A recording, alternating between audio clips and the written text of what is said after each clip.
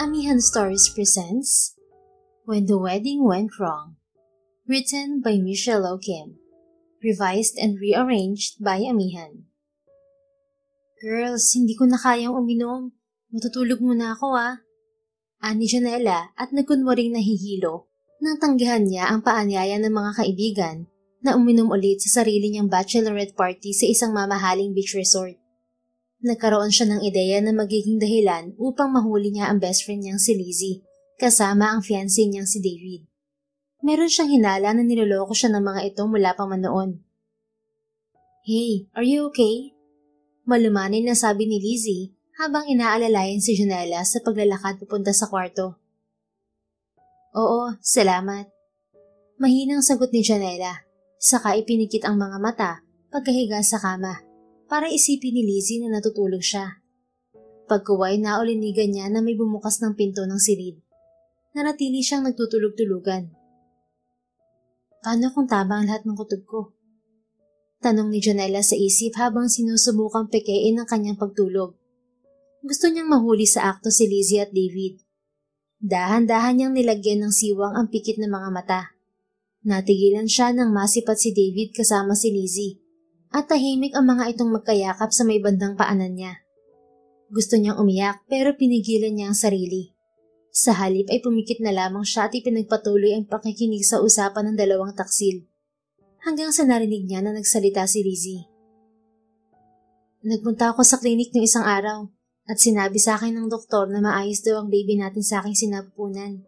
Ang kailangan ko lang gawin ngayon ay bantayan yung mga kinakain ko. Pabulong na sabi ni Lizzie sabay ngiti sa kalaguyong si David. Ngumiti nang nasisiyahan si David. I'm excited to see our baby, dear. Dinig ni Janela ang sagot naman ni David. Pero ikakasal ka na bukas. Anong dapat natin gawin ngayon? Natatakot din ako sa kahihinatnan nitong ginagawa natin. Alam kong isusumpa tayo ni Janela kapag nalaman niya tungkol sa atin. Pangungulit ni Lizzie. Don't worry. We'll find a way out. I promise. Alam mo namang mahal na mahal ako ni Janela, di ba? Kahit anong sabihin ko, paniniwalaan nun. Paninigurado ni David kay Lizzie at muling niyakap ang babae. Ibig mong sabihin, hindi mo siya sisiputin sa kasal mo? Kung yun lang ang paraan, yes, we're going to be inseparable if my wedding won't happen. Tahimik na tugon ni David. Hindi man lang kakabakasan sa boses ng pagdadalawang isip. Kaya naikuyom ni Janela ang mga kamao na nakatago sa ilalim ng kumot. Para siyang sinasaksak ng daan-daang karayom sa dibdib sa mga oras na yon. Gusto na niyang bumangon at sugurin ng dalawa, pero hindi niya ginawa. Makalipas ang ilang minuto, lumabas na sina Lizzie at David sa kanyang silid. Naiwan si Janela na wasak ang puso at nahihikbi sa kama. Sa kabila ng kanyang kalungkutan at pagdadalamhati, naisip ni Janela na dapat niyang panindigan ang kanyang pagmamahal kay David. Napakaraming sakripisyo ang ginawa niya nang magsimula siyang makipag-date sa binata. Ginagawa niya ang anumang bagay upang pasayahin ito. Kabilang na ang pagsuko ng kanyang karera sa kumpanyang pinapasukan na pagmamay-ari rin ni David. Ganon din ang ginawa niyang pagpaparaya para sa kanyang matalik na kaibigan na si Lizzie. Dahil gusto niyang mabigyan ito ng atensyon na nararapat, gaya ng natamasa niyang kasikatan noon bilang modelo. Ngunit hindi niya akalain na pati sa pag-ibig, kailangan pa niyang magparaya. Sa kabila ng kanyang sakripisyo, wala siyang natatanggap na anumang kapalit mula kay Lizzie, at hindi rin naman siya umasa rito. Sa kabila ng kanyang dalamhati sa pagtataksil ng dalawa, ginawa ni Janela ang kanyang makakaya upang maghanda para sa kanyang kasal ngayon. Maganda ang kanyang pananamit at siya lang din ang nag-makeup sa kanyang sarili. Dumating siya ng maaga sa beach kung saan dadausin ng simpleng kasal nila ni David. Wala siyang ibang iniisip kundi ang pakasalan si David. Sa puntong ito, nagkaroon pa rin siya ng tiwala sa kanyang fiancé. Umaasa siyang babaliin ni David ang sinabi kagabi kay Lizzie. Ngunit lalo lamang pala siyang mawawasak. Hindi nga nakarating si David sa kanilang kasal. Hanggang inabot na ng 1 oras ang paghihintay nila ng judge pagkatapos ng nakatakdang oras. Sir, wait lang po. Baka na-traffic lang ang groom ko.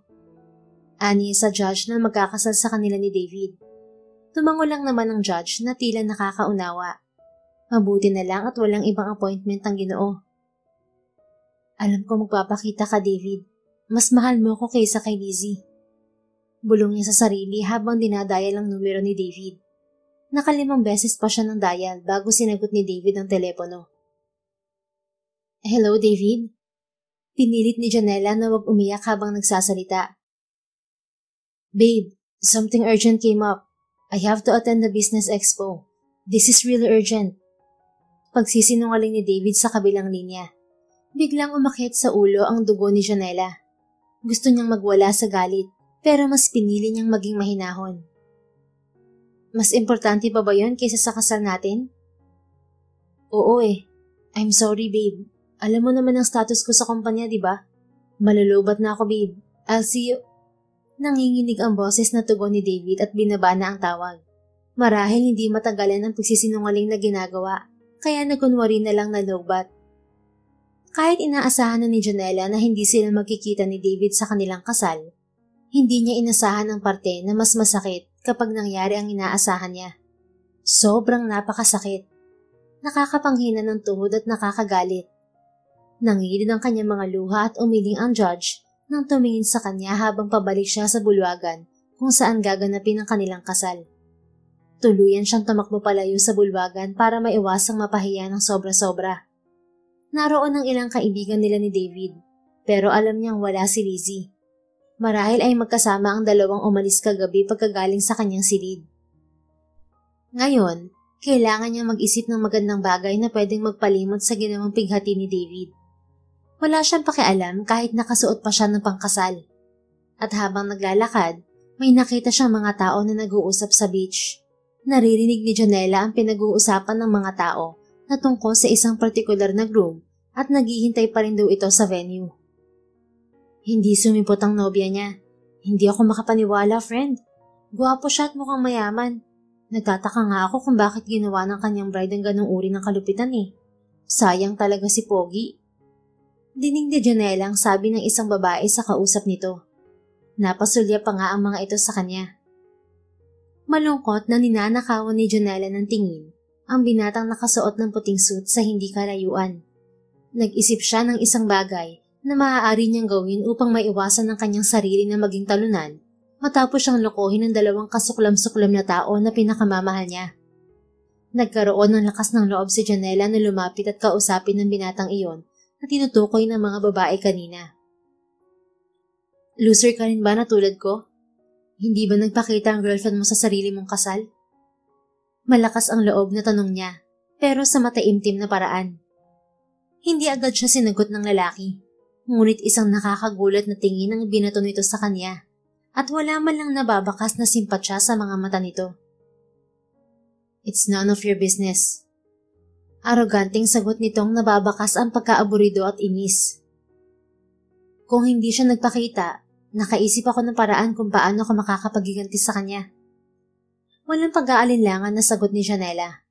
Impulsive na ako impulsive, pero bigla niyang naisip na paghigantihan si David na mas pinili siyang lokohin at ipahiya sa mismong kasal nila.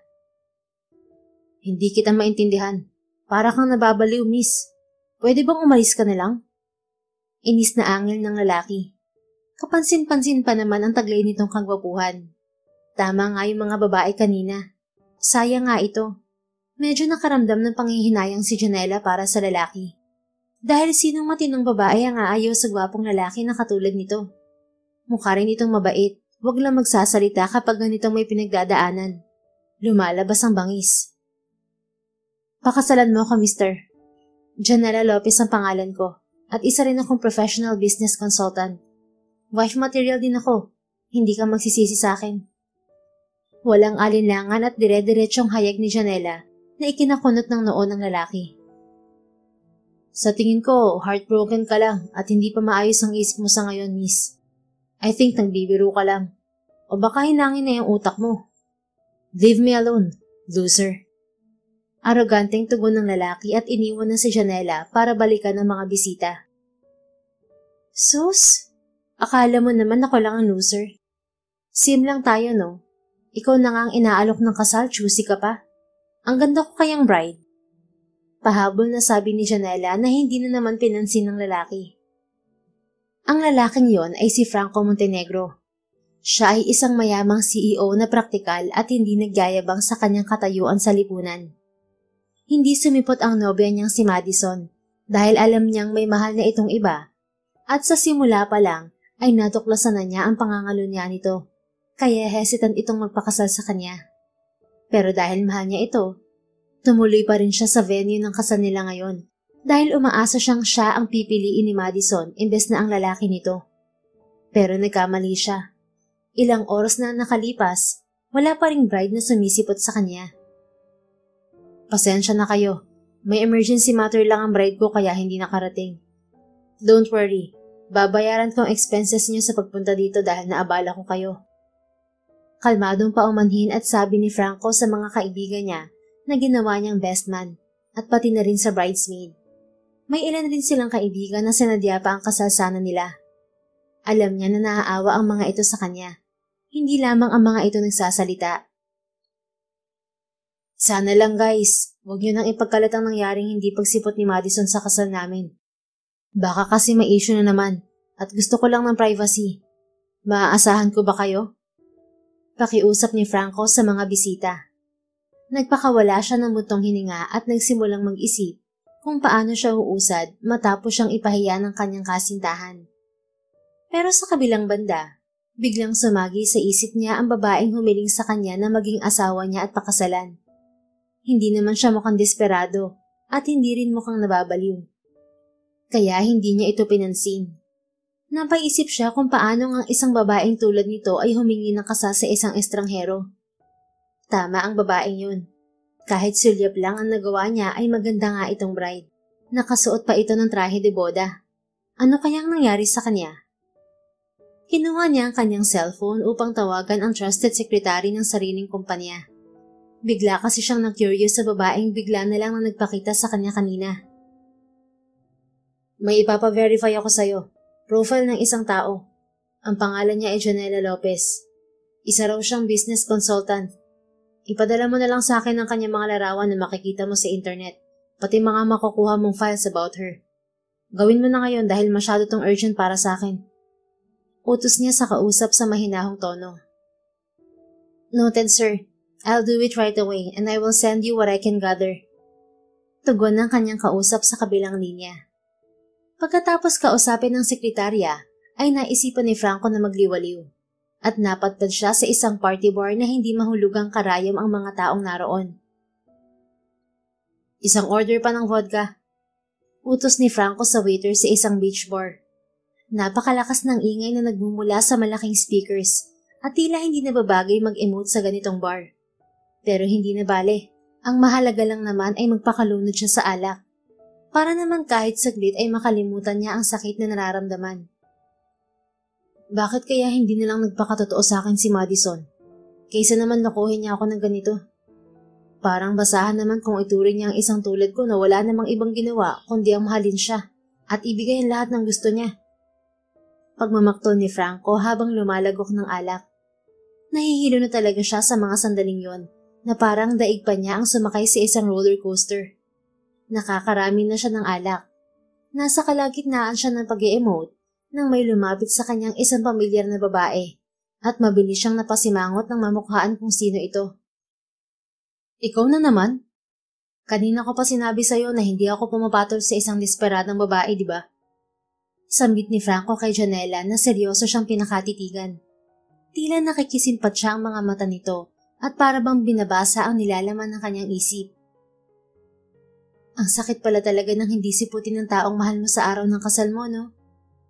Imbes ay sabi ni Janela at bigla na lang napaluha ng tahimik. Nakaramdaman naman ng awa si Franco dito. Palagay niya ay parehas sila ngayon ng nararamdaman ng babaeng ito. Oo, masakit.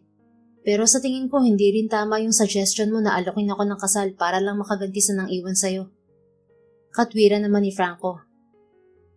Correction, hindi pa niya ako iniiwan. Postpone lang ang kasal namin. Ang sabi niya sa akin may mahalaga lang siyang negosyo. Mayaman kasi ang pakakasalan ko eh. Masyadong busy sa buhay. At naniwala ka naman. Siyempre, yun ang sinabi niya eh. Pagsisinungaling ni Janela. Pilit itinatago ang tunay na rason ni David sa pangiindiyan sa kasal nila. Ilang saglit pa ay hindi na nito napigilang magsalin ng alak sa sariling baso. Pasensya ka na, mister, kung hihingi ako pero babayaran ko naman to. Split na lang natin ng bill. Walang pakundangang sabi ng babae sabay hagik-hik. Naiiling si Franco nang tapunan niya ng tingin sa janela. Kung umarte kasi ito ay para na silang magka-close agad. Ikaw na ang nagsabi na postpone lang. Pero kanina sa may beach naglulupasay ka at nagsasabing pakasalan kita. Natatawang tugon ni Franco. Napahilot na lang din siya sa kanyang sentido nang salubungin ng tingin sa janela. Anyway, I'll now excuse myself. Hindi ko na kaya. Parang magsusuka na ako. Dagdag pa ni Franco. Sinubukan niyang maglaho sa harap ni Janela, pero nahigit naman ito ang sleeve ng black suit niya. Bakit hindi muna tayo makisaya sa kanila? Sumayaw ka rin para makalimutan mo naman ang ginawang pananakit ng girlfriend mo. Paanyaya ni Janela at hinata papunta sa dance floor si Franco. Lahat tuloy ng mga partygoers sa lugar na yon ay nagtinginan sa kanila dahil sa unusual nilang kasuotan. Pareho silang hindi pa nakakapagbihis. Para bang tumigil pareho ang mundo nila at nawalan sila ng pakialam sa paligid. Simula pa kanina na pareho silang inindiyan ng mga mapapangasawa nila.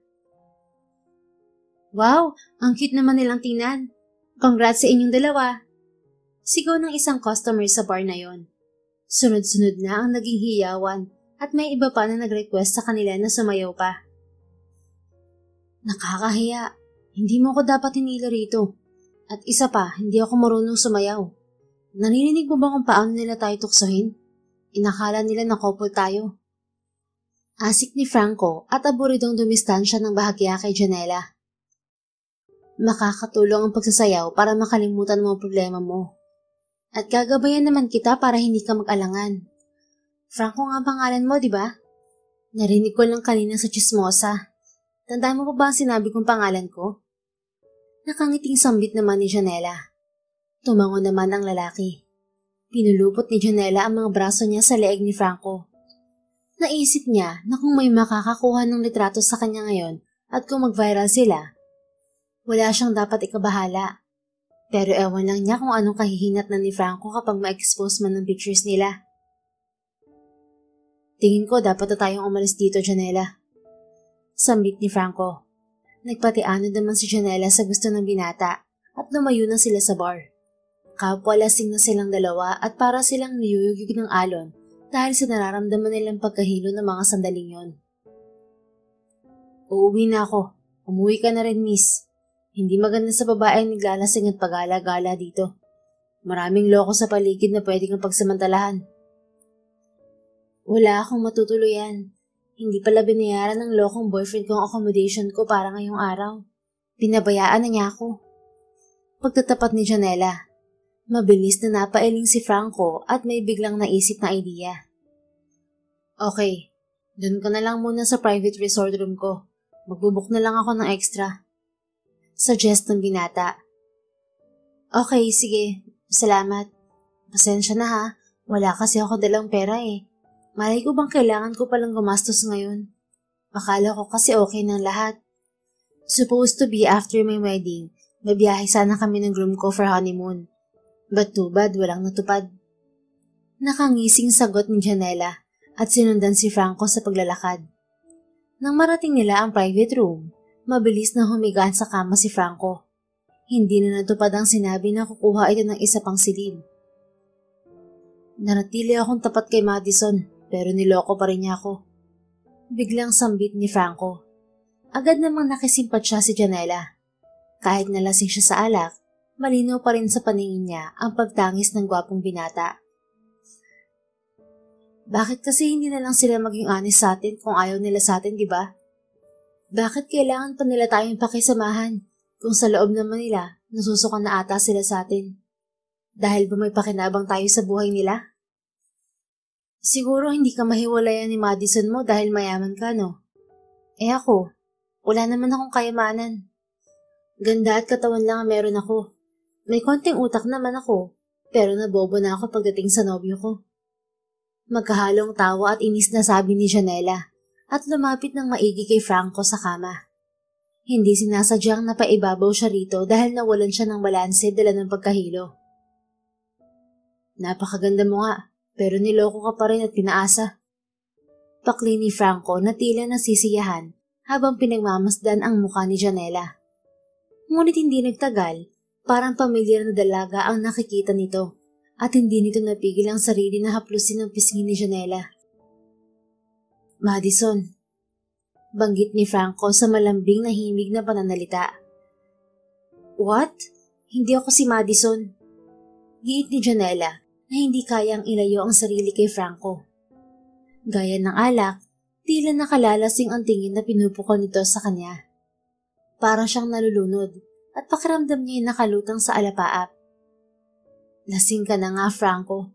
Nag-halusinate ka na eh. Itulog mo na yan. Dagdag niya. Ngunit ikinagulat na lamang ni Janela ang mga sumunod na pangyayari dahil bigla siyang siniil ni Franco ng halik. Nakahawak ito sa batok niya sa mga sandaling yun. Ang pangyayaring yun ay hindi kayang labanan at tanggihan ni Janela. Nanlambot ang mga tuhod niya sa banayad ngunit mapusok nitong hanik at humantong ang lahat sa pagsasalo nila sa isang bagay na tila paglalaro ng apoy. Dala na rin ng sama ng loob kay David kaya mabilis siyang bumigay sa lalaki. Bakit parang naiisip ko na tama tong ginawa ko na ibinigay ko sarili ko sa kanya? Sambit ni Janela sa kanyang sarili nang matapos ang pagdiniig nila ng estrangherong si Franco. Hindi rin nagtagal ay nakatulog siya ng mahingiti sa labi. Kinaumagahan, napaigtad si Franco. Nakailang ring na kasi ang phone niya. Ang nanay niyang si Mrs. Adelfa Montenegro ang tumatawag sa kanya. Ma, bakit? Anong nangyari? Mahinahong bungad ni Franco sa kanyang ina sa kabilang linya. Actually, there is. Na-ospital si kuya mo, Franco. According to the doctor, bumaba raw ang blood sugar niya. Alam kong dapat nag-e-enjoy ka kasama ang asawa mo. Kaso mahalagang pag-usapan na natin ng magiging setup ng kumpanya habang may sakit pa siya. Naluluhang pahayag ni Mrs. Adelfa. Okay. Pupunta na ako dyan. Natatarantang sagot ni Franco at isa-isang pinulot ang mga damit na nagkalat sa sahig. Sa kanyang pagmamadali ay hindi na niya naisip na may kasama pala siya sa isang silid. Lalo pa siyang nataranta nang mabalingan ng tingin ng isang magandang dalaga na mahimbing pa rin natutulog sa kama. At kagaya niya, wala rin itong saplot at tanging makapal na kumot lamang ang bumabalot sa katawan nito. Oh shit! Tigil ang pagmumurang bulalas niya. Kahit nalasing siya, natatandaan pa rin naman niya ang ginawa niya sa babae. He did the first move that led them through playing the fire. Napagkamalan niya itong si Madison. Her name is what? Kinakabahang tanong ni Franco sa sarili habang nagmamadaling magbihis. Inaalala niyang pilit ang pangalan ng dalaga. Janela? Yeah, I think so. She told me yesterday. Naiiling siya dahil pakiwari niya ay mali ang pagkakaalala niya. Nagmamadali siya dahil sa nangyari sa kanyang kapatid. Pero sa kabilang banda, napagtanto naman niya na hindi niya maaaring pabayaang mag-isa lamang sa kwarto si Janela. He tried to wake her up, but then he failed. Tulog mantika palang babaeng to. Nakakainis naman. Paano siya uuwi? Wala siyang dala na kahit ano. Wala rin siyang cellphone. Bulong niya sa sarili. Kaya naman naisipan niya na mag-iwan na lang ng pera sa bedside table para magamit ni Janela para makauwi sa kung saan man ito nakatira. Nakipagtalo pa si Franco sa kanyang sarili bago lisanin ang silid kung saan may nangyari sa kanilang dalawa ni Janela. Pero sa bandang huli, napagtanto niya na mas mahalagang unahin niya ang kapakanan ng kanyang kapatid at kamustahin ang kalagayan nito. I'm sorry, pero buhay ng kapatid ko nakasalalay rito, pati na rin ang kumpanya namin. Bulong ni Franco sa katuluyang umalis. Iniwan niya ngang nahihimbing pa rin ang dalaga. Makalipas ang ilang oras ay nagising na rin sa wakas si Janela. Wait, anong oras na ba? Sobrang sakit ng ulo ko. Sapo niya ang kanyang noo habang pilit na inaalala ang mga naganap kagabi pagkatapos ng pakikipag-party niya at ni Franco sa beach bar. Ramdam din niya ang pananakit ng ilang bahagi sa kanyang katawan. Anong ginawa ko? Bakit mo ginawa yun? Oh God, Janela. Ang cheap mo. How could you do this to yourself? Hindi mo binigay kay David ang sarili mo kahit minsan. Pero sa Franco na yun, isang titig lang bumigay ka agad. How dare you, self? Nagsimulang pumatak ang luha niya nang mapatingin siya sa malaking salamin sa gilid ng kama. Napagtanto niya na tanging kumot lamang ang tumatakip sa kanyang kabuuan at nagkalat sa sahig ang kanyang panloob at wedding dress. Napakagatlabi siya dahil na-realize niya na mag-isa na lang siya ngayon. Iniwan na siya ng lalaking yun.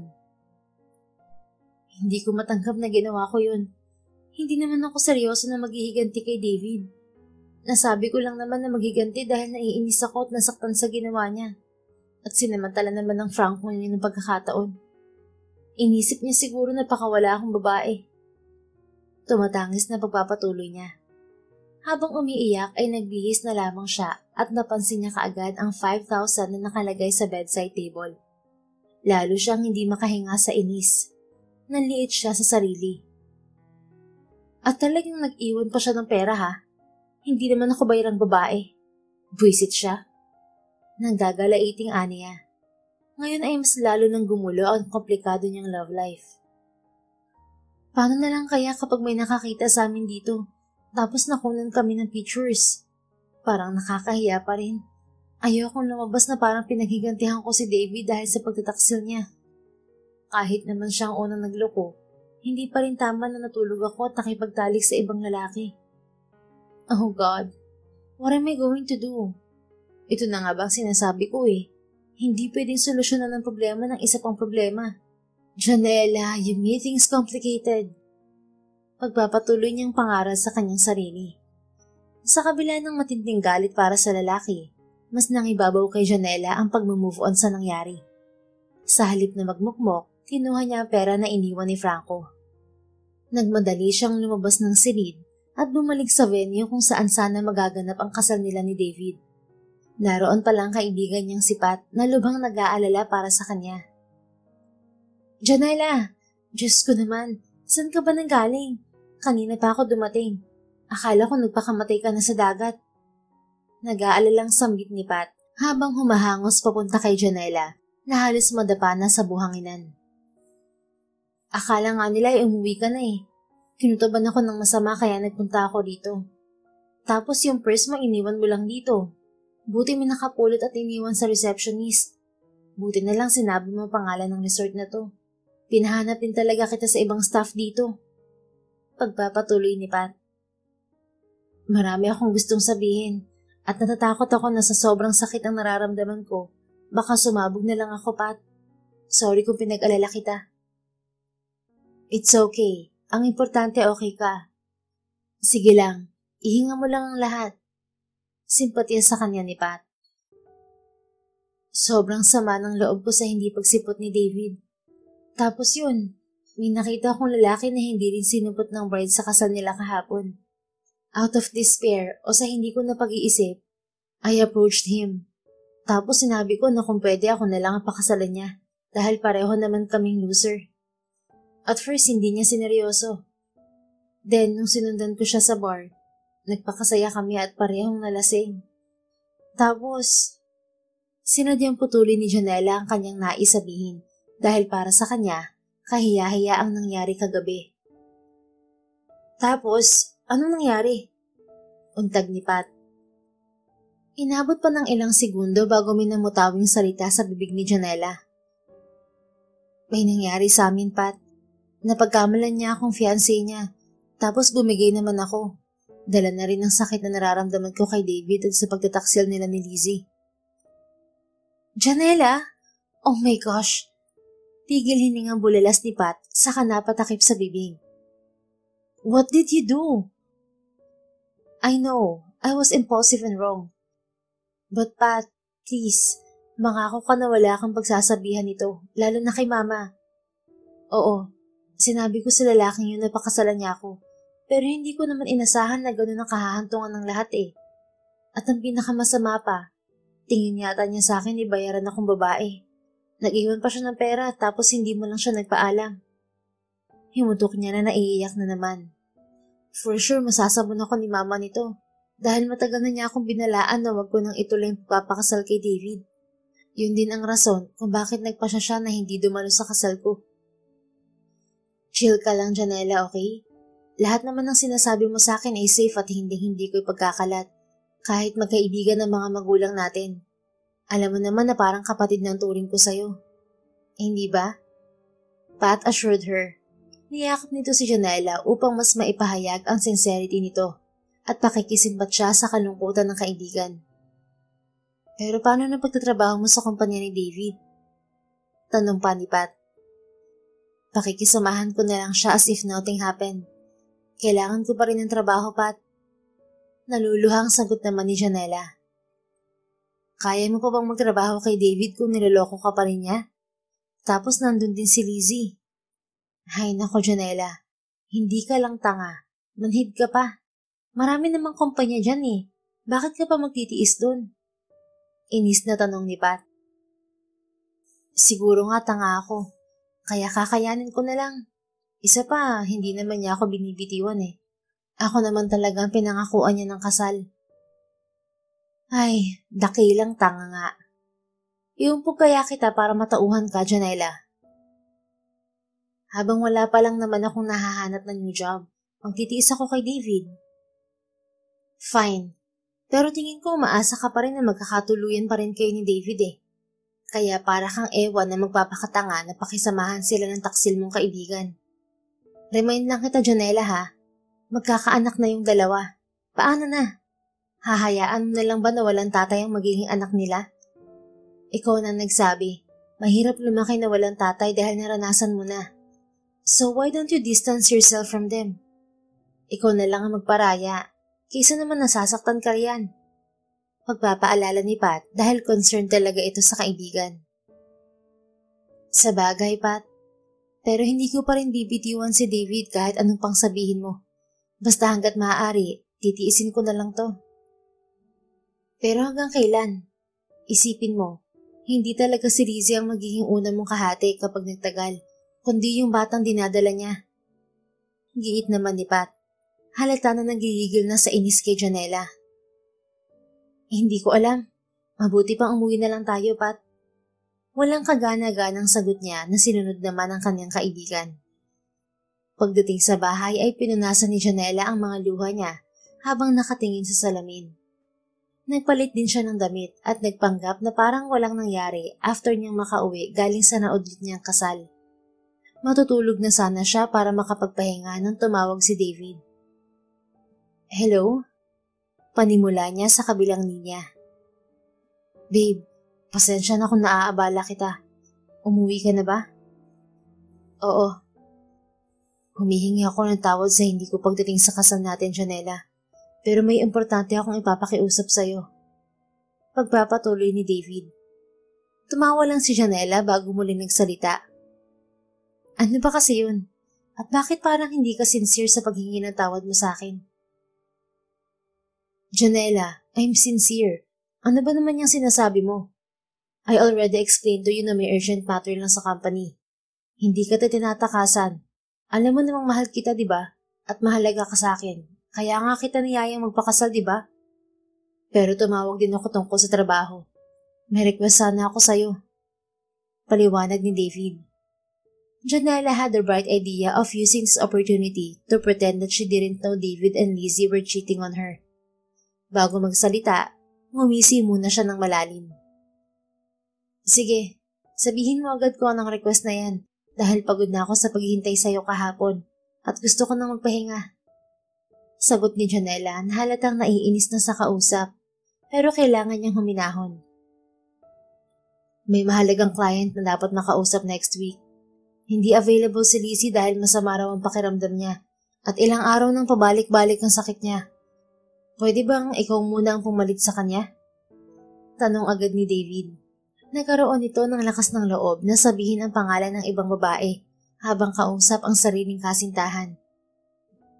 You have several consultants in your agency, right? Why can't you just ask any of them? We had a deal when you stopped me from being a consultant para mag-give way kay Lizzie, remember? Paalala ni Janela. Napairap siya. Ngayon ay malinaw na sa kanya Nakaya naman pala ang bait-bait ng lalaki kay Lizzie. May kakaiba na pala sa mga ito. Isang malaking client ng isang clothing company ang dapat na makadil ko. At ikaw lang ang alam kung pwedeng pumalit sa kanya pansamantala. Mas magkakaroon ako ng pagkakataon na mas madali ang pakikipag-ayos sa kanila. Ikaw ang mas expert sa lahat sa ganitong pakikipag-deal sa client. Please babe, pagbigyan mo na sana ako. Promise na babawi ako sa'yo after this.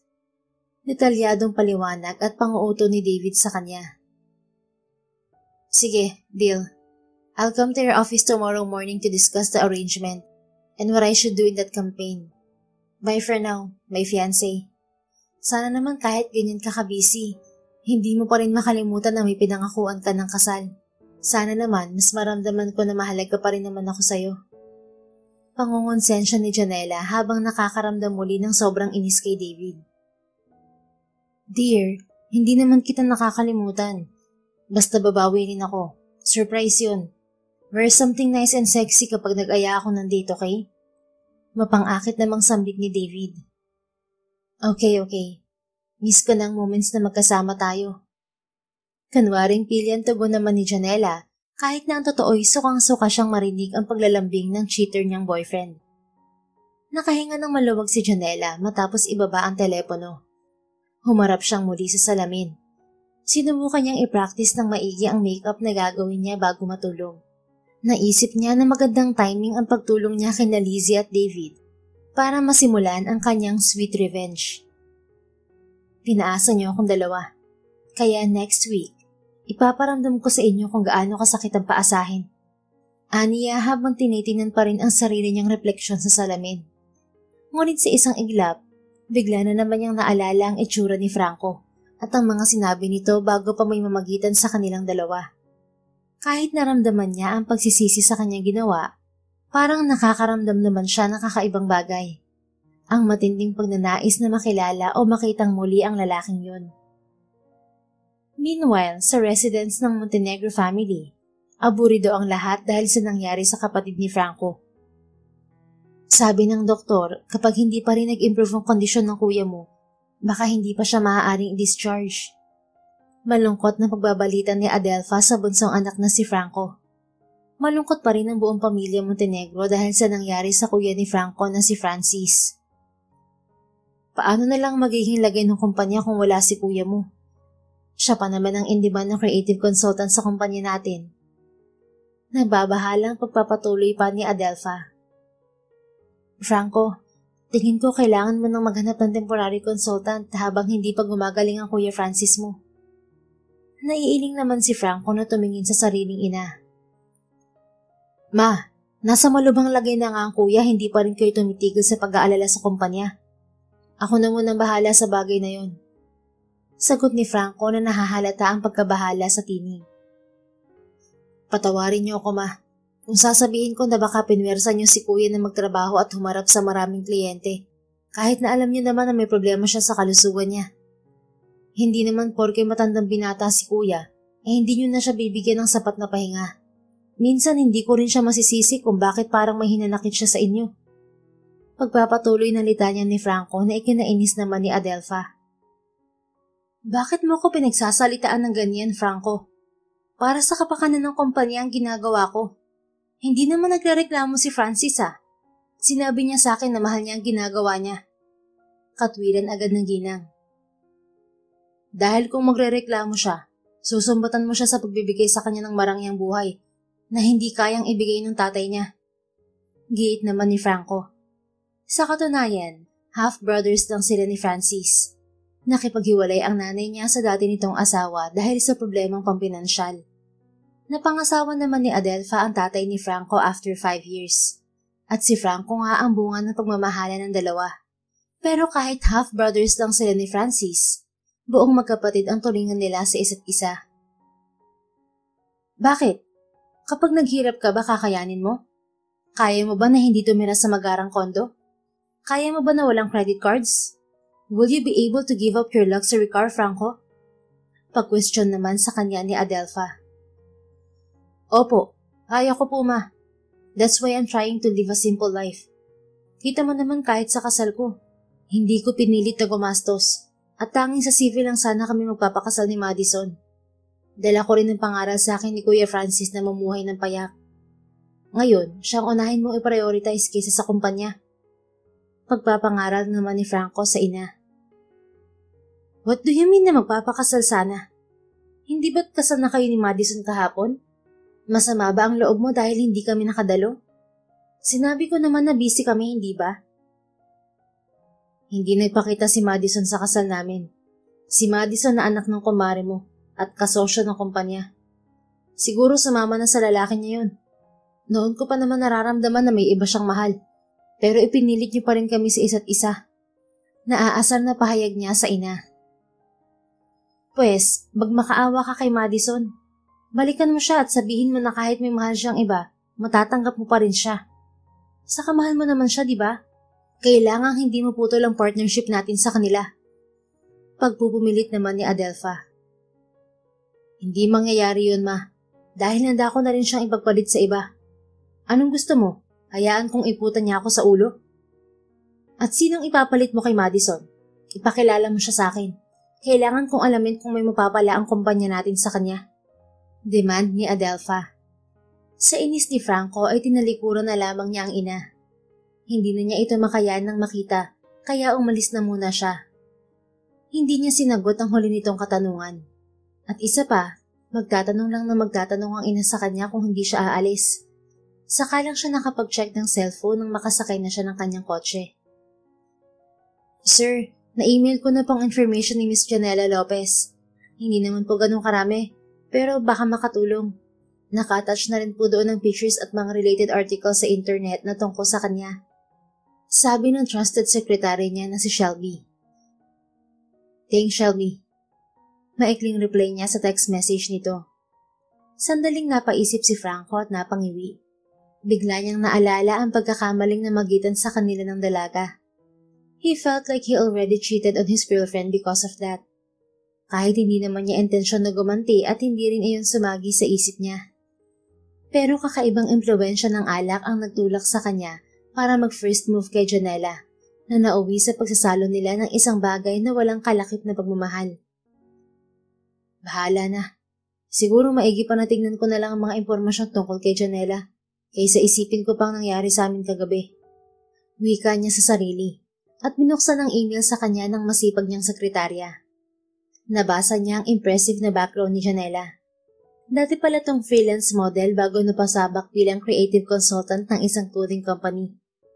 Speaking of creative consultant, bigla niyang naalala ang propesyong pinakakailangan niya ngayong may sakit ang kanyang Kuya Francis. There's no time for him to be upset because of his personal issues. Dahil mas mahalaga ang kumpanya. Maraming naghihintay sa kanyang clients at hindi niya maaaring bigyan ng disappointment ang kanyang ina. Ilang taon na kaya ang experience niya sa trabaho? Clothing company rin palang pinagtatrabahuhan niya. What a coincidence. Kailangan ko ng creative consultant dahil ayokong sabunin na naman ni Mama. Aniya sa kabumuntong hininga at nagpatuloy sa pagbabasa ng LinkedIn profile ni Janela. But he was quite disappointed dahil nasa ilang taon pa lang pala ang expertise ni Janela sa nasabing propesyon. Ngunit bigla niyang naisip ang posibilidad na baka hindi tanggapin ni Janela ang job offer niya dahil iniwan niya lang ito matapos ng isang gabing may mamagitan sa kanila. Ilang saglit pa, tumawag na naman sa kanya si Shelby.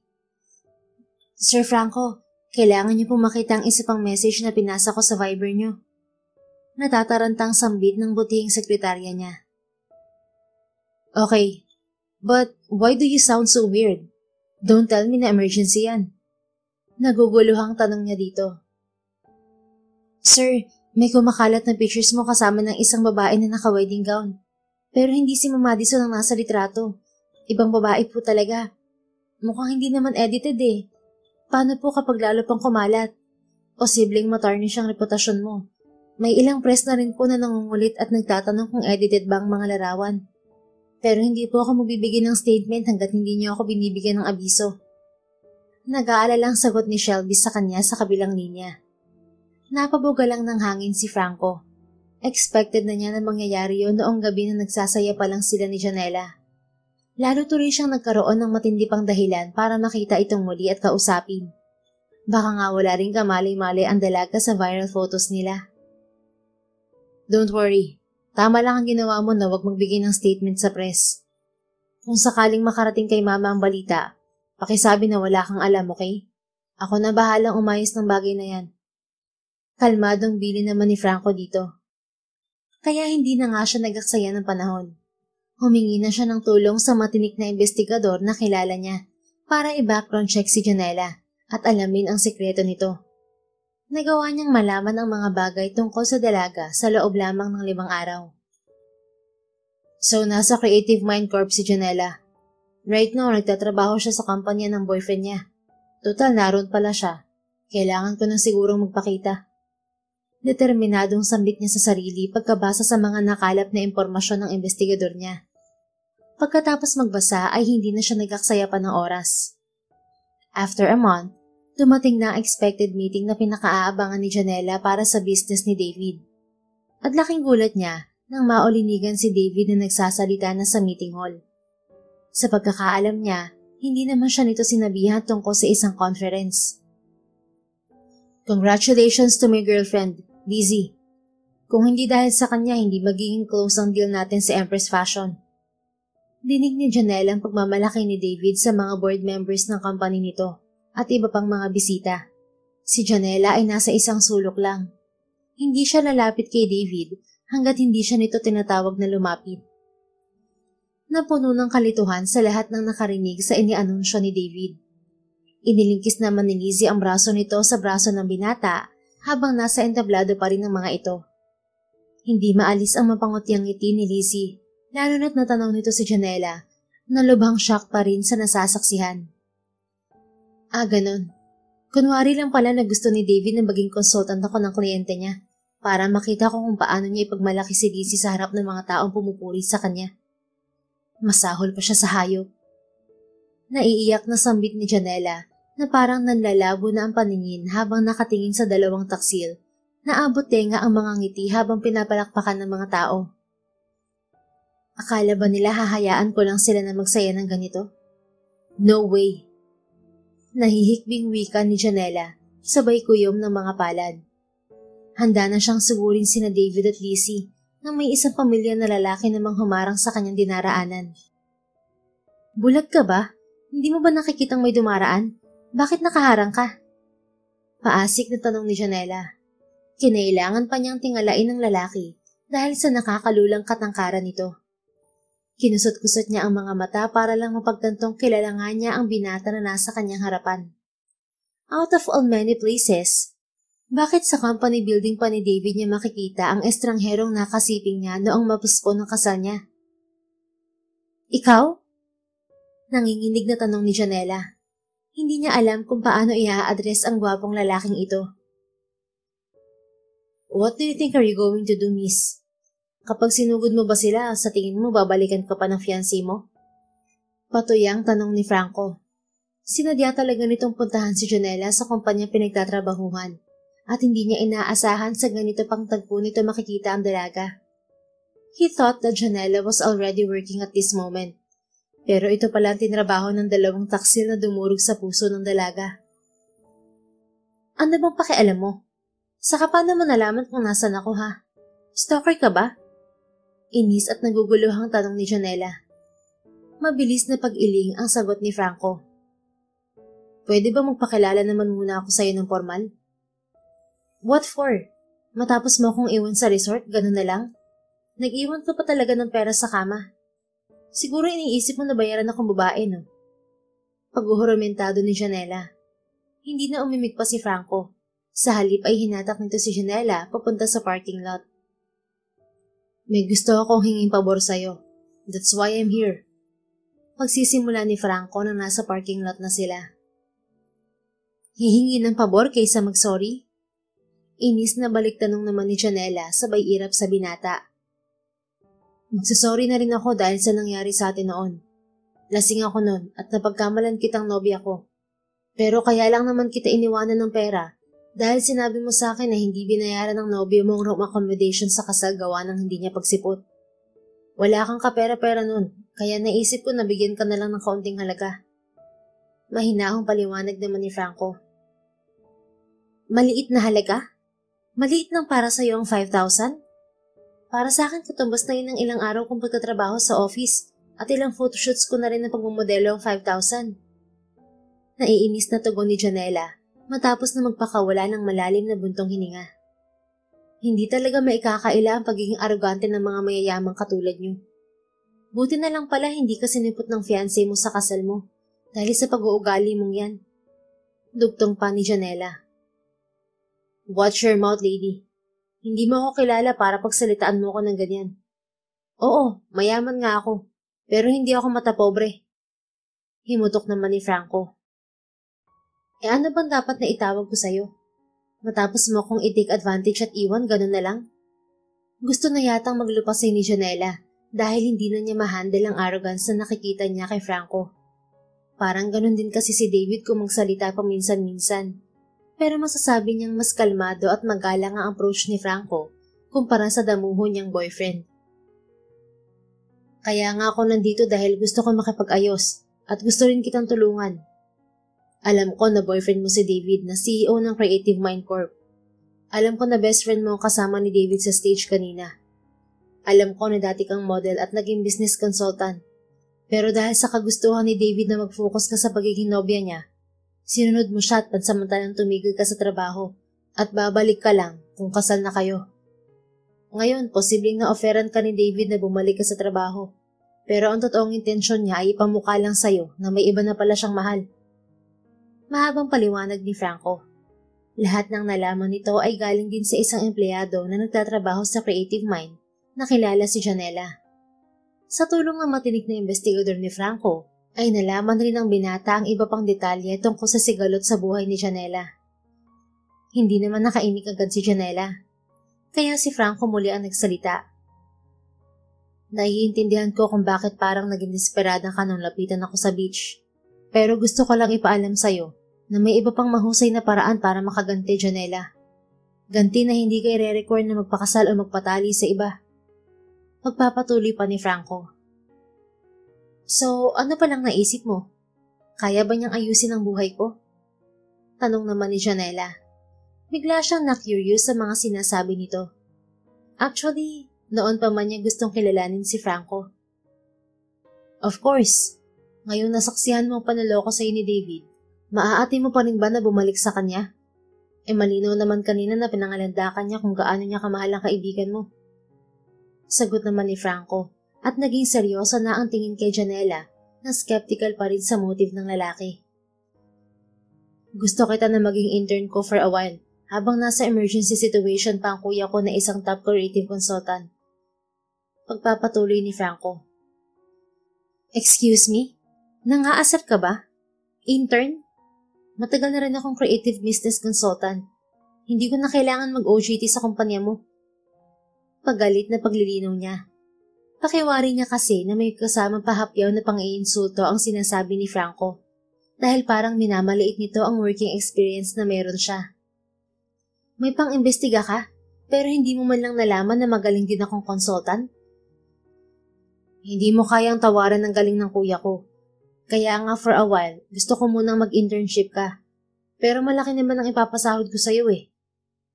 Giit naman ni Franco na bahagyang napabugan ng hangin dahil sa confidence sa taglay ng dalaga. Ngunit hindi nito masisisi ang babae. Batid ni Franco na magaling naman talaga sa uri ng trabaho si Janela. So bakit mo ako ino-offera ng ganito ha? Dahil lalong magagalit ang nanay mo kapag nalaman niya na hindi ka na nga pinakasalan, nawalan ka pa ng trabaho. That's it. Lalo kanyang isusumpa. Talagang pati tungkol sa nanay ko nalaman mo na rin. Ang persistent mo naman talaga, mister. Lalong hindi naging maganda ang pakiwari ni Janela.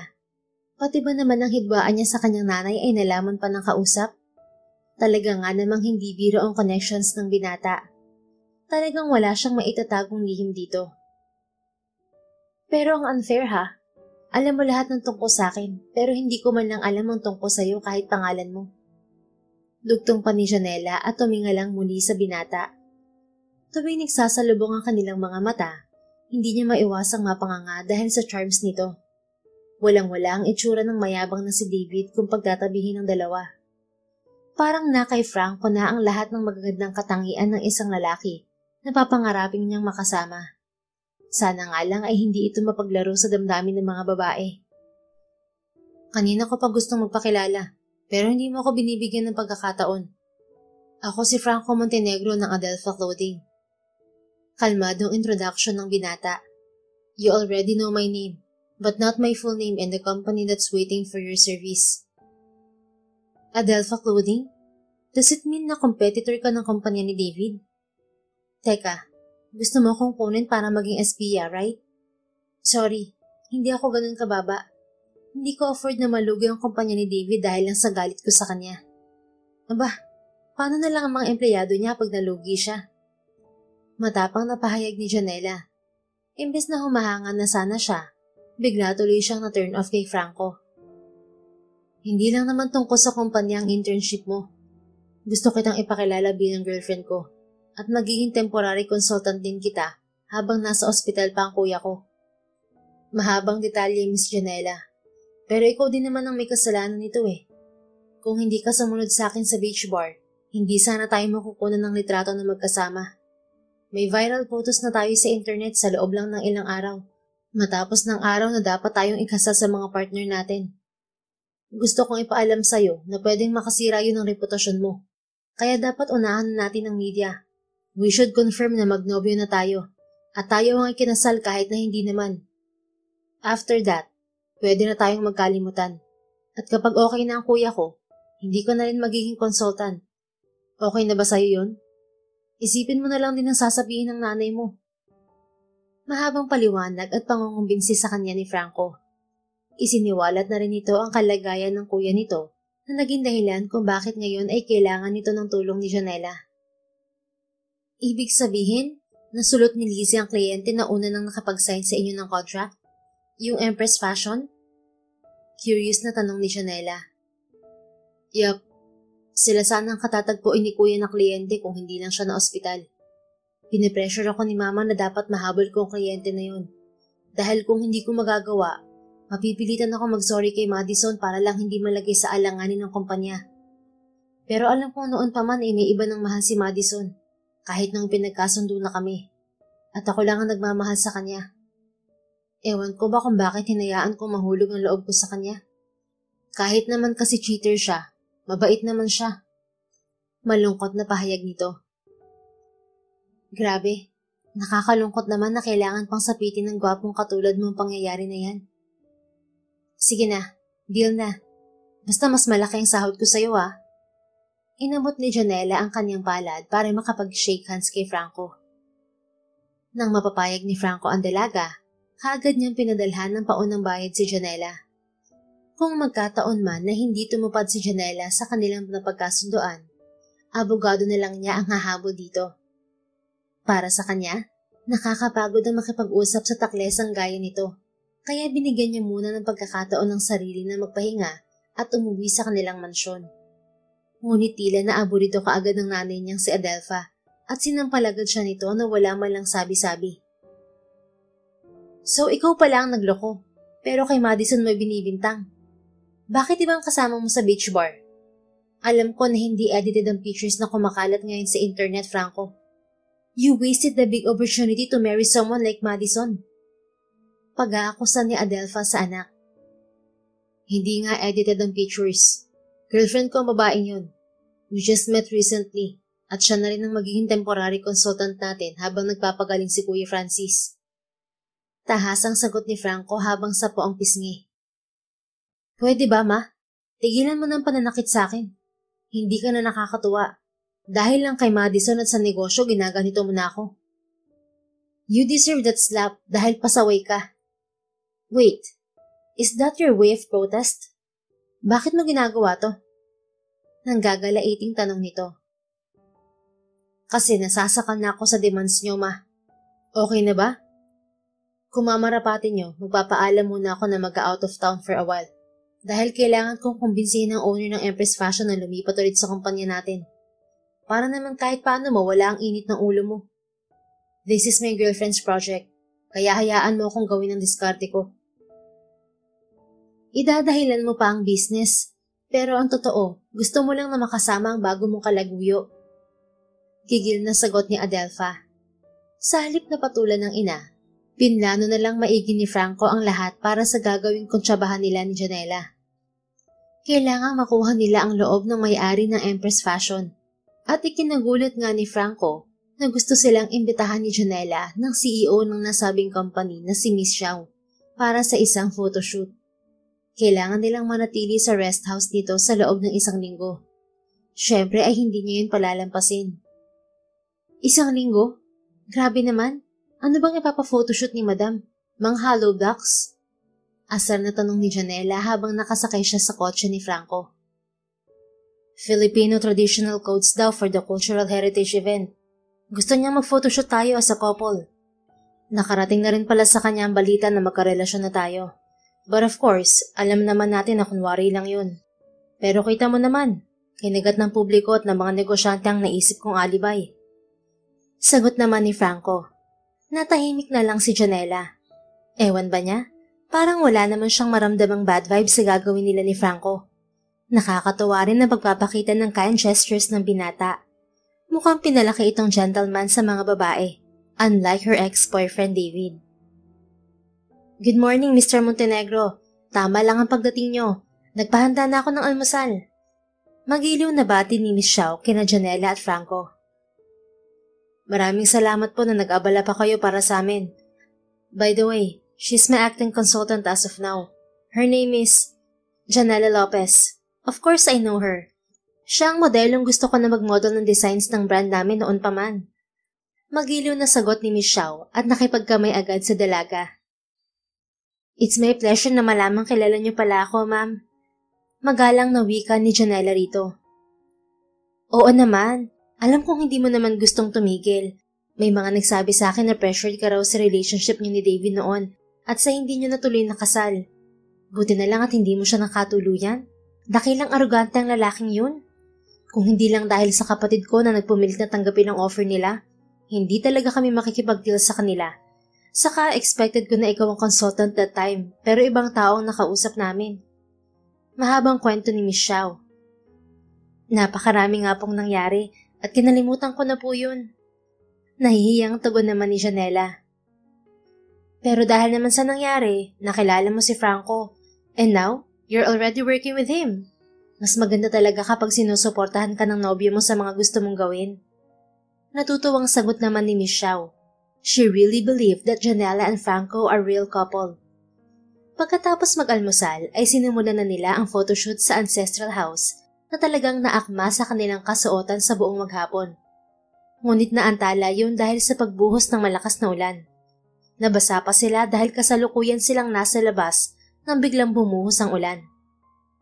Heto, magpalit ka muna ng damit. Sabi ni Janela sa binata sabay abot ng tuwalya at extra t-shirt dito. Ilang minuto ang lumipas. Pareho silang natigilan habang bumubuhos pa rin ang ulan sa labas. Ayaw ni Franco sa ulan at lalo pa itong kinabahan nang makita ang mga kidlat sa langit. Mabilis nitong isinara ang bintana. Pwede ko bang malaman kung bakit ayaw mo sa ulan? Usisa ni Janela dahil mabilis niyang nasense ang takot sa mukha ni Franco sa mga sandaling yon. Naalala ko lang na umulan din nung muntik na akong mamatay. Bata pa lang ako nun. Naglalaro kami ni Kuya sa labas ng bahay namin. Muntik na akong masagasaan ng sasakyan. Sinagip ako ni Kuya. Siya ang nabangga ng sasakyan para lang hindi ako magkagalos. Kaya mula nun, hindi ko gustong lumabas kapag malakas ang ulan dahil naaalala ko lang ang bagay na yon. Sorry ulit. Pero yung kuya mo ba, yung kuya mo rin na nasa ospital? Siya ba yung consultant na sinasabi mong magaling? Mabilis na tango ang sagot ni Franco. Kahit half-brothers lang kami, masasabi kong inalagaan niya ako at napakabuti niya sa akin.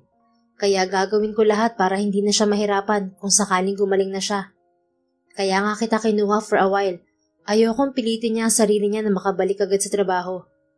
Kung alam niya na may pamalit na ako sa kanya, pagpapagaling niya nga atupagin niya imbes na trabaho.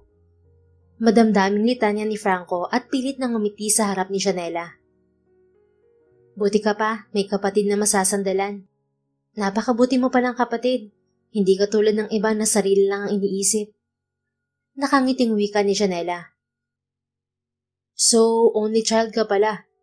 By the way, ikaw naman na magkwento, Janela. Yes. Alam mo, bigla akong naisip si Mama. Gusto ko ring ipakita kung gaano ako ka-grateful sa kanya bilang mama ko. Pero paano ko magagawa yon? Sobra siyang nagalit dahil sa pagsuway ko sa kanya. Noon pa man, ayaw naman talaga niya kay David. Tama nga siya sa mga hinala niya. Pero pwede ka pa niyang patawarin. At maganda talaga na habang buhay pa ang nanay mo, iparamdam mo na sa kanya kung gaano mo siya kamahal bago pa mahuli ang lahat. Kaya nga inaayos ko ang buhay ko. Salamat sa tulong mo, Franco. Kung hindi mo ako inilok ng trabaho, malamang para pa rin akong timang na nagpapakamartir sa harap ni David at Lizzie ngayon. Nagtama na naman ang kanilang paningin. Hindi maiwasan ni Janela na hindi makaramdam ng kilig dahil sa anyo ni Franco. Mas gumuwapo ito kahit simpleng plain white t-shirt lang ang suot. Or she must say, kahit anong suotin ni Franco, babagay talaga dito. Kanina lang din, namangha siya sa itsura ni Franco habang nakasuot ng tradisyonal na kasuotan. He looked like a principled noble guy that Janela only often read in books. Ako rin naman ang makikinabang nito, hindi lang ikaw. Pero maganda ang move mo. Ayusin mo rin sana ang buhay mo at mag-move forward na. Pareho naman tayo ng sinapit pero pinalampas ko lang ang ginawa ni Madison. Payo ulit ni Franco na tila nako-conscious sa mga tingin ni Janela. Bakit mo ginagawa yan? Biglang tanong ni Franco na ikinagulat naman ni Janela. Ang alin? Bakit ganyan ka kung makatingin sa akin? Wala naman. Medyo na-carried away lang siguro ako. Ang gwapo mo naman kasi. Sayang at pinakawalan ka pa ni Madison. Nahihiyang pag-amin ni Janela sa kanapayuko. Nang hindi na siya makaimik, ikinagulat niya ang paglapit ni Franco. Franco? Sinumukan ni Janela na lumayo ng kaunti sa binata. Ngunit natigilan siya nang hawakan nito ang mga balikat niya sa marahang paraan. Sa sobrang lapit ay nararamdaman na niya ang init ng hininga nito sa kanyang muka. Hoy! Anong sinusubukan mong gawin, Sir Franco? She became nervous, assuming that Franco might kiss her. Wala naman sa usapan nila na maglandian ng ganito, lalo na't silang dalawa lang ang nasa living room ng ancestral house ni Miss Xiao. Natatakot ka na ba na baka halikan kita? Sagot ni Franco sa mapang-akit na paraan. Sinusubukan mo bang gawin yon? Tanong ni Janela habang nakaawang ang mga labi. Gusto niya itong itulak palayo. Ngunit dinidiktahan siya ng puso niya na halikan na lang din niya pabalik si Franco kung balak talaga nitong halikan siya. Hindi na umimik si Franco. Sa halip ay pinunasan na lamang nito ng bimpo ang buhok ni Janela na nabasa ng ulan. Pagkatapos ay tinawanan na lamang nito ang tila biglang kinabahang dalaga. Oo nga pala, hindi pa ako nagpapatuyo ng katawan. Sorry. Mabilis na sagot ni Janela. Dali-dali siyang tumakbo palayo. Naguguluhan na ata si Janela sa nararamdaman niya. Paanong magkakaroon siya ng mabilis na paghanga sa isang lalaki na hindi pa naman niya kilala ng husto? What if katulad lang pala ito ni David? Pinilit na iwaksi ni Janela ang feelings niya sa lalaki. At matapos ang pagstay nila sa ancestral house ni Miss Xiao, napagtagumpayan din nilang makuha ang partnership deal sa kumpanya nito. Laking pasasalamat ni Franco dahil sa mahusay na communication skills ni Janela. Tama ito na mahusay nga si Janela sa trabahong napili. Dagdag points pa na modelo dati ang babae. Kaya maraming nakakakilalang mga bigati na may-ari ng mga clothing company. Nang makabalik sa Maynila, sasadyain naman ni Janela si David dahil nakatanggap siya ng notice na pinatatawag pala siya nito. Maigi pang puntahan mo siya. Ipakita mo na nakaganti ka na. Bayo naman ni Franco. Ipakita mo ang ganti ng isang api. Wow ha, ang lakas namang makateleserye ng linyahan na yan. Oo, pupuntahan ko talaga siya ng mag-isa. Hindi mo ako isasama? Tila nalungkot na tanong ni Franco. Siguro sumama ka na lang din, pero huwag kang magpapakita, saka na lang kapag kailangan. Suwestyon ni Janela sa binata. Hanggang sa narating nila ang building ni David. Nagpakawala muna ng isang malalim na buntong hininga si Janela. Eksaktong pagtungtong niya sa building ng kumpanya ng kanyang taksil na ex. Kumulo na naman ang dugo niya nang makita ang lalaki na naghihintay sa kanya sa lobby ng kumpanya. So, ganun ka na pala maglaro, Janela. Kailangan mo pang gumamit ng ibang lalaki para lang makaganti. Sinulot mo pa talaga ang deal na nakuha na ni Lizzie, ha? Nanggagalaiting singhalagad ni David. Hindi ko sinulot ang deal na una mo nang ipinakiusap sa akin, David. Sinungaling.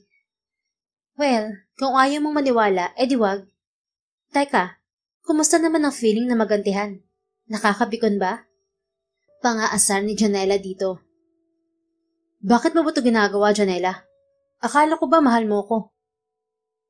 Pinili kita over my career, David. Sinuway ko ang magulang ko para sa'yo. Tapos ano iginanti mo? Niloko mo lang ako at talagang ipinagpalit sa sarili ko pang kaibigan? Kulang pang ginawa mo sa akin. Alam mo ba kung gaano kasakit na hindi ipagmalaki bilang fiancé mo? Samantalang si Lizzie, hindi ka nag-propose sa kanya, pero nagawa mo siyang ipakilala na girlfriend mo sa harap ng mga tao. At hindi ko mapapatawad na hindi mo ako sinipot sa kasal. Tapos bigla mo akong pakikiusapan kung pwede kong isalba ang deal para mag-benefit ang negosyo mo. Sobrang sakit lahat ng yan, David. Kung alam mo lang. But I want to say thank you for making me realize how gullible I am and how stupid I am na minahal kita. Because of that, natuklasan ko kung gaano kapangit ng ugali mo. Pero nagsisisi na ako, Janela. Kaya nga kita gustong makausap dahil gusto kong sabihin sa'yo na hiniwalayan ko na si Lizzie. Bigla akong na-realize na ikaw pa rin pala ang mahal ko. Ah, talaga ba? Sa tingin mo maniniwala ako? Ano nga pala ulit yung sinabi mo kay Lizzie? Na kahit anong sabihin mo sa akin, paniniwalaan ko dahil mahal na mahal kita? I'm sorry, Janela. Hindi ko alam ang mga sinasabi ko noon. Pero maniwala ka, wala na kami ni Lizzie. Ituloy na natin ang kasal natin at bumalik ka na sa kumpanya ko. Hindi mo na ako mauuto pa, David. Hindi na ako babalik sa kagaya mong user at gago. Nagising na ako sa katotohanan. Pero mahal kita, Janela. Please come back to me. I want you. I need you. Pagmamakaawa ni David at biglang siniil ng halik si Janela. Ang tagpong iyon ay nasaksihan ni Franco. Inakala ba ng binata na ginusto ni Janela ang ginawa ni David dahil hindi nagpumiglas ang babae. Hindi na niya tinunghayan ang buong pangyayari. Umalis na siya sa pinagkukublihan at lumabas ng building. Aminado naman siya na hindi malabong magkagusto siya kay Janela at tiniis niya lang din na hindi magpakita ng pagkagusto sa dalaga dahil alam niyang nasa process pa ito ng pag-move on. Sinabi niya noon sa sarili na purong trabaho lang ang plano niya sa babae. Pero siya lang din ang lumihi sa sarili niyang mga plano. Umiibig na nga yata siya sa babaeng yun kahit sa maiksing panahon. Pero talaga namang kaibig-ibig ito. Malayong malayo kay Madison na madalas ay ini-ignore lang niya ang pagiging moody at maarte. Kahit pa mabait si Madison, may mga bad attitude rin ito na pinagpapasensyahan niya noon. Kung umiibig na siya kay Janela, wala siyang dapat sisihin kundi ang sarili. Kung hindi niya kasi ito nilapitan, hindi sana madudurog ang puso niya ng ganito. Habang abala sa pag-iisip, biglang nagring ang phone niya at tumatawag pala sa kanya si Adelpha. Yes, ma. Ano po yun? Ipapaalam ko lang na medyo nagiging stable na si Kuya Francis mo at gusto kong magpasalamat sa girlfriend mong si Miss Janela. Hindi na rin tayo guguluhin ng pamilya ni Madison, pero gusto kanyang makausap para makapag-sorry naman daw siya sa'yo. She already told me na siya ang hindi sumipot sa wedding niyo at sinabi na rin niya na may mahal siyang iba. Pahayag ni Adelpha sa anak. Pansamantalang natunaw naman ang inis ni Franco sa mga sandaling yon. May isang bagay pa pala na dapat niyang ikatuwa, ang pagiging mabuti ng kalagayan ng kanyang kuya, at isama na rin na wala na silang obligasyon sa pamilya ni Madison. Samantala, sinampal ni Janela si David matapos siya nitong bigyan ng persahang halik. Hindi na yun nakita ni Franco dahil umalis na ang binata. Ang kapal ng mukha mo. Hindi na ako makikipagbalikan sa'yo, David. Magsama kayo ni Lizzie. Galit niyang asik at tinalikuran na ang lalaki. Nakahinga na rin siya ng maluwag dahil nailabas na niya ang sama ng loob niya kay David. Ngunit ipinagtaka niya nang hindi na niya makita si Franco. Naisip niyang i-dial ang numero nito pero hindi na ito makontak. Hindi niya maintindihan kung anong nagawa niya para ma-upset ito sa kanya.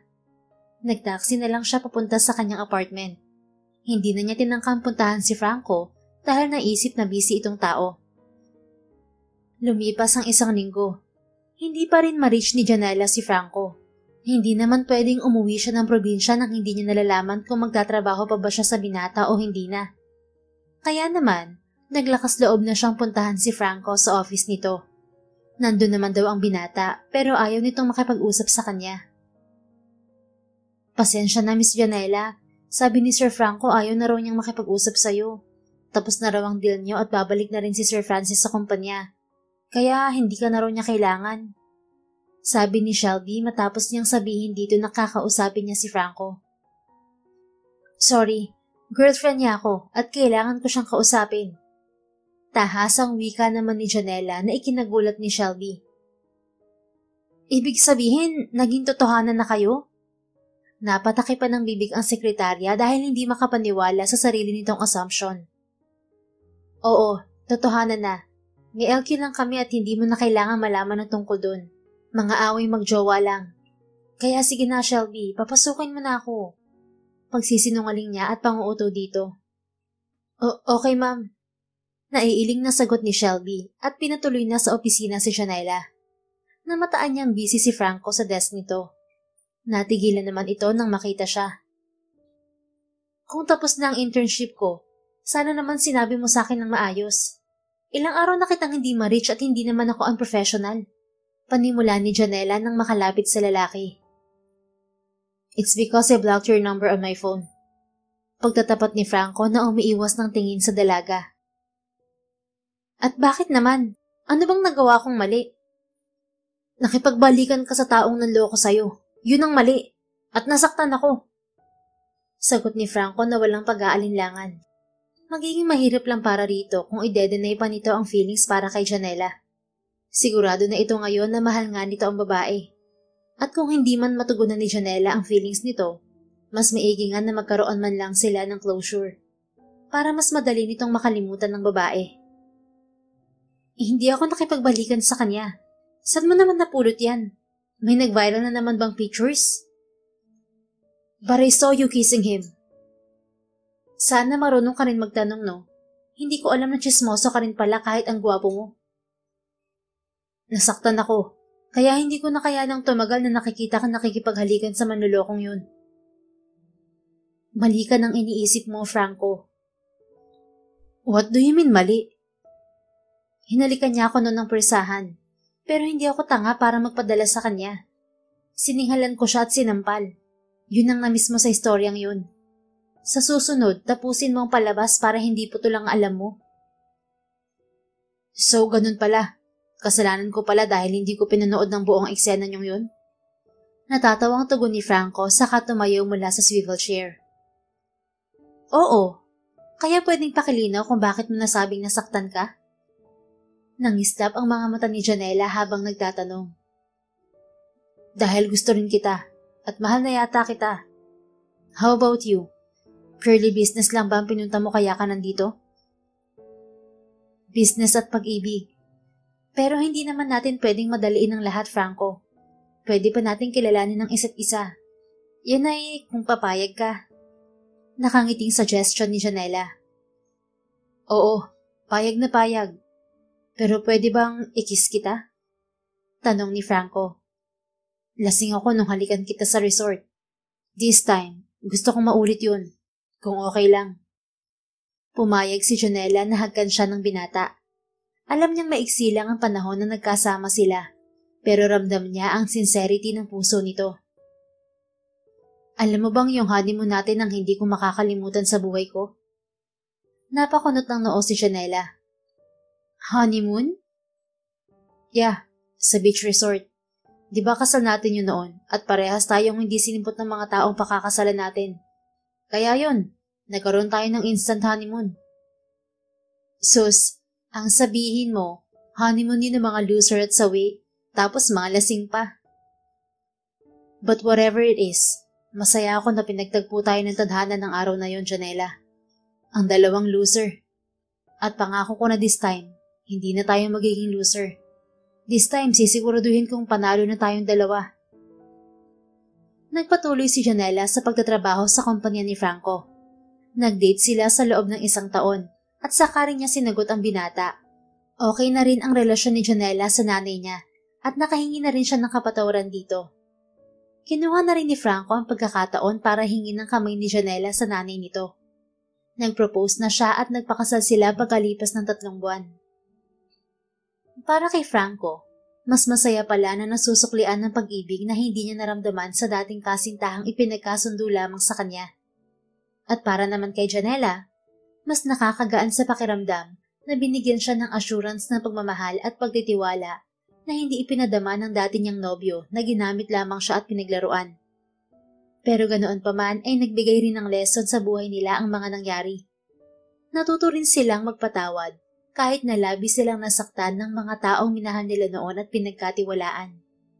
Kahit pangit ang ginawa ni David kay Janela noon, nalungkot pa rin siya para kay Lizzie nang malaman na totoong ang tuluyan ng iniwan ni David si Lizzie at sinusuportahan na lang ang anak sa dati niyang kaibigan.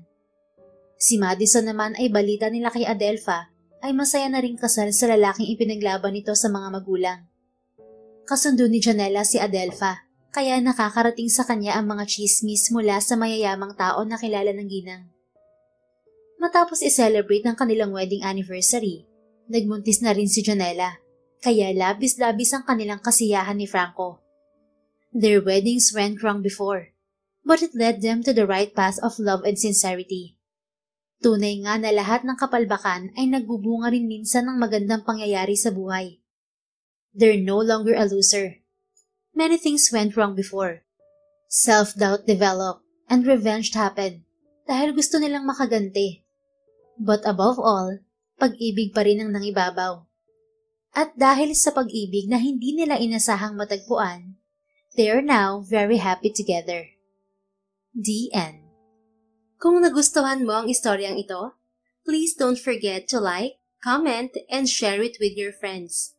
Your support really makes a difference. Thank you and see you sa ating next story. Keep safe and be blessed.